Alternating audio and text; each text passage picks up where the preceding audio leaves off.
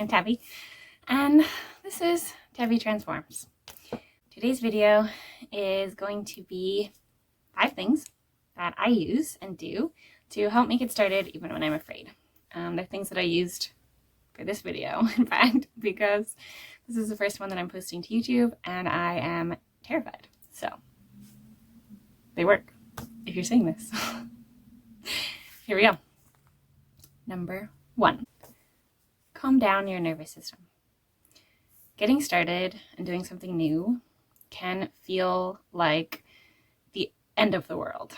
It can trigger your nervous system to feel like you might actually be dying, and you're reacting like that. Your body does not necessarily know the difference between a perceived threat and an actual threat. So if you feel like this is the end of the world, your body agrees with you and will create a whole host of chemicals and neurotransmitters to make that happen in your body. So it becomes real. So if you are like, why am I so overwhelmed and freaked out and scared by starting this thing? It's no big deal. Actually, it is a big deal.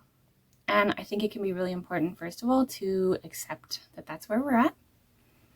Give ourselves some love and recognize that it's hard because it is hard for you in this moment right now and for other people. For me, it's hard.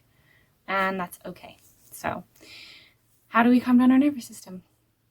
There's a few ways that I really like to do it, and one of my most favorite is hugs. Body-to-body contact can calm down the nervous system and trigger the feelings of safety in your body. If there's nobody around or you don't feel safe having any of the people in your life hug you, you can hug yourself. The feeling of tightness and constriction can also calm down your nervous system. It's why people like weighted blankets. You can wrap yourself up, tuck yourself in, or just give yourself a hug.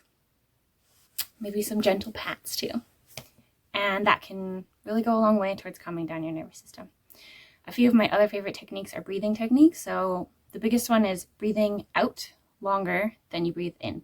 So you breathe in for a count of 4, say 1, 2, 3, 4, and out for a count of 6. 1, 2, 3, 4, 5, 6. And it can be difficult to breathe out longer than you breathe in. But if you keep doing it over time, relatively quickly actually, you can feel yourself starting to calm down. When we breathe out longer than we breathe in, it's basically telling our nervous system we're not being chased. There's no tiger running after us. We are not escaping a predator. We have enough oxygen right now. We can feel safe. And that can be a really powerful tool. Another one is nostril breathing. So you plug one nostril, breathe in, plug the other nostril, breathe out, back and forth. So it looks like this.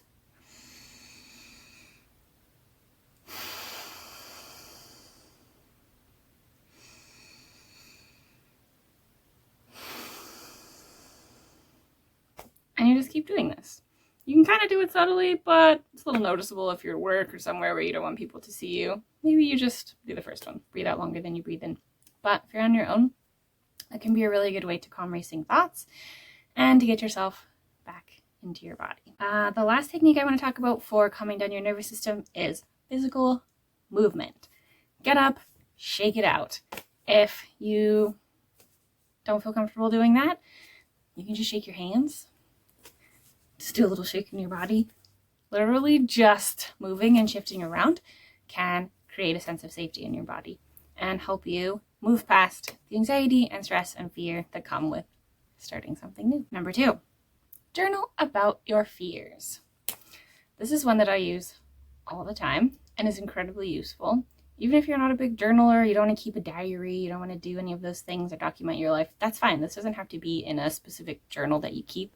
This can be on a scrap piece of paper, on the back of a menu, anything that you've got, and you can burn it or throw it away after.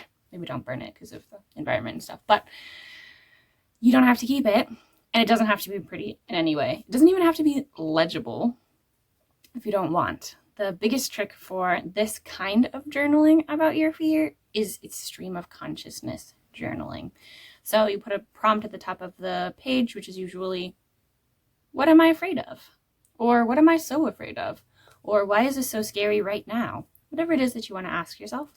And then you just do your best to kind of turn off your brain, at least the analytical side of your brain, and write as quickly as you can.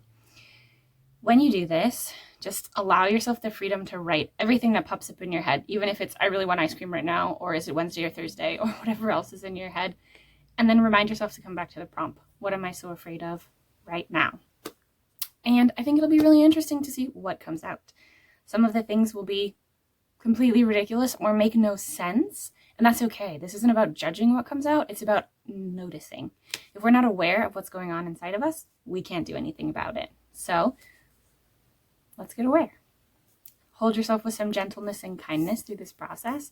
And if you're like, this is terrible, it's not working, nothing's in my head, give yourself the freedom to just not pay that much attention, to write anything, to just get started with this type of writing and see if over time it starts to become easier for you.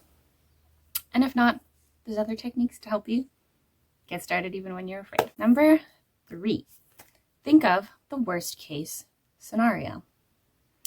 Now, if the journaling worked for you, you might already know the worst case scenario because you might have written about it. But this technique is an interesting one.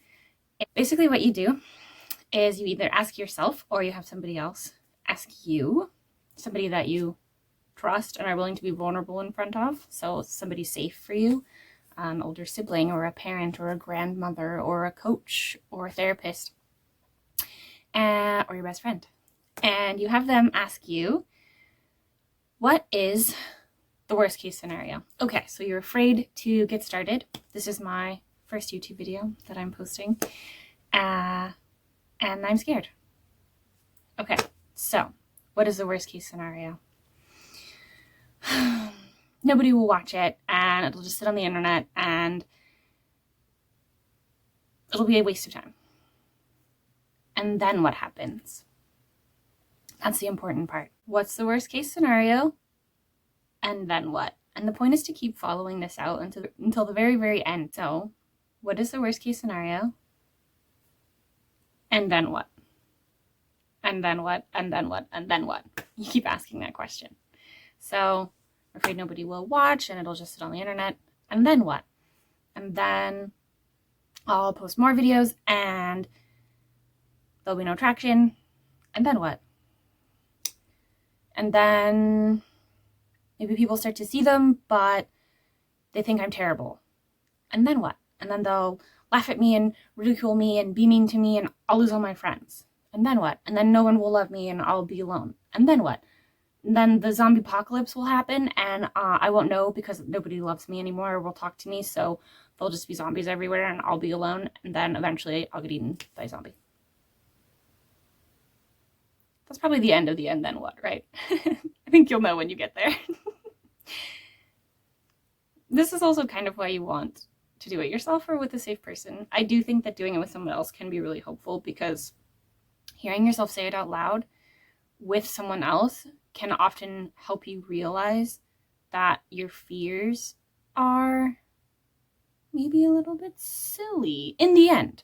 And I think taking it to that extreme is what makes this so valuable. If you start with what I'm afraid of, worst case scenario, it's like something that's not that emotional for you usually. And you're like, why am I so afraid? All I'll do is fail. But if you keep taking it to the and then what, and then what, and then what, you get to a point where you're like, oh, either something really ridiculous like the zombie apocalypse and getting my brain eaten, which would make me laugh if I wasn't still afraid. I'm like, that's silly, right? Wait, really? I'm afraid to post a YouTube video because of the zombie apocalypse? Huh. Just kind of puts it in perspective. Or the other thing that often happens is you realize you're afraid you're going to die. And then I die is often the end of that. And I think it can just be really useful to run through and be like, oh, maybe I won't die if I start a YouTube channel. So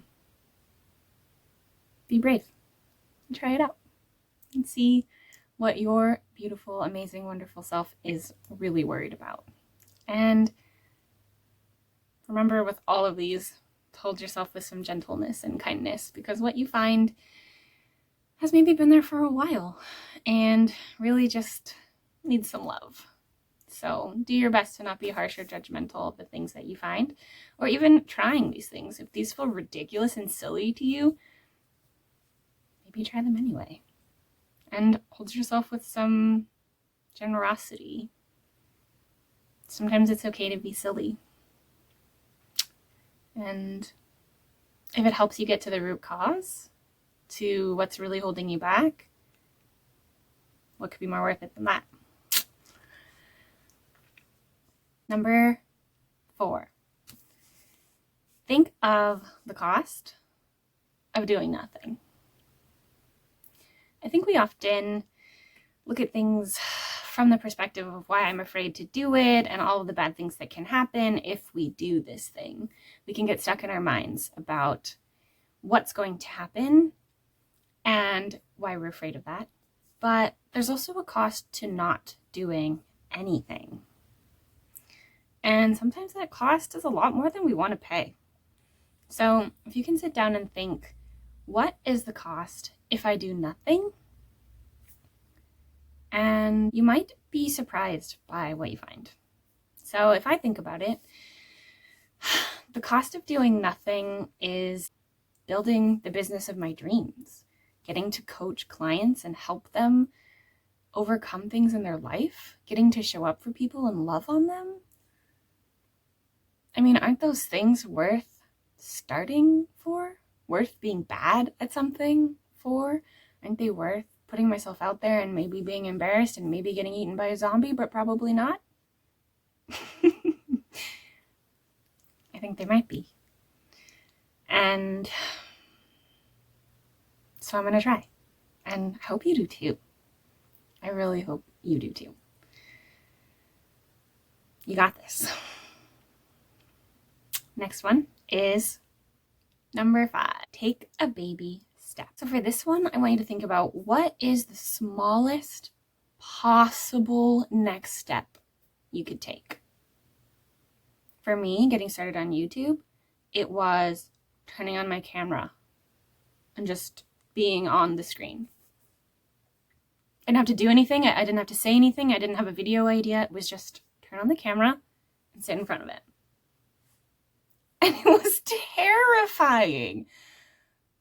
There's a video of me just staring at the camera. I think it's like propped up against the windowsill. Like I have nothing planned. I have nothing prepared. I mean, I'm still not that far in the journey, so this is by no means a fancy studio. But I took a baby step. I recorded myself on camera and then I turned it off and I was like, whoa, that was terrible. But I was also really proud because I took a step forward. I did something towards my dream. I think that one of the things that we often do when we have a dream, if we are afraid to get started, it's that fear is that we're looking at this gigantic, overreaching, overarching goal, right? I want to have the business of my dreams. I want to be a millionaire. I want to own a home. I want to get married.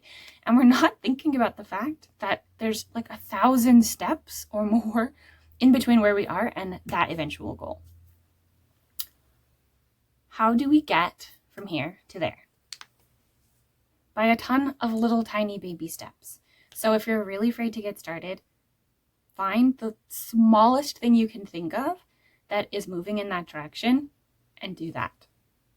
Just that. Just focus on that. That's your goal for today. I'm going to give you homework. Pick the smallest thing you could do, moving in the direction of that dream, and then make it smaller because you probably still are choosing something that's bigger than it could be, bigger than it needs to be. So what is that thing for you right now? Go do it. And then come back and tell me about it because I want to hear. And celebrate each step. Every tiny baby step, celebrate it because you are amazing. And I'm so excited to see where you go. Don't ever forget that you are so loved, so cherished, so honored. You're amazing. You deserve to be here. There's nobody in the world like you. Nobody that has your gifts to share. So whatever that looks like for you, I hope you take that baby step and practice some of these techniques to help you get there. Now, before we end the video, I actually realized as I was writing out what my steps were and thinking about what I wanted to say about each of them, that there's a sixth step, and that is ask for help. It does not surprise me that it didn't even occur to me to add this one to my list of 5 very important things to help you get started when you're afraid, because asking for help is probably one of the last things that I ever think about. I tend to try to do everything myself, and let me tell you, nobody's an island. We all need support and help in some way, and I really hope that you find it in yourself to ask for help. I could write a whole video about asking for help because there's so many things to it. That can be a fear as well. But remember that you're not alone, and that if there's nobody in your life you feel like you could ask for help or support from, maybe they're all kind of on the same path as you, nobody's a little bit further ahead, find somebody who is a little bit further ahead. There's lots of resources, there's meetups, there's classes, there's coaches, people like me who want to help people like you. If you find somebody who seems like they have been where you've been and they're now somewhere that you want to be, that's a good person to work with. There's also therapists and 12-step programs. There's all sorts of things that are available to help you move forward on your path. So if you're afraid to get started and you want help with that, I would definitely look for support. YouTube videos are great too. Yeah, and if you're having trouble asking for help, use some of the techniques in this video to get you there.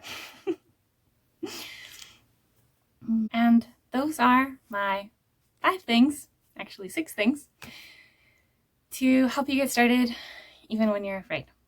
I hope you found something useful here, and I hope you keep coming back along this path with me. If you have something that you'd like me to talk about or you'd like to learn about, please let me know in the comments. And feel free to subscribe. I'm a new creator, and if you are at all interested in what I make next, you probably should subscribe, because I think that you'll lose me in the feeds. There's been new creators that I've seen and didn't subscribe to and then could never find again. So hopefully that doesn't happen, but I love you, and I'm excited to see where this goes. So here's me getting started, and here's to you getting started. Let's do it together. Thanks for being here. Bye.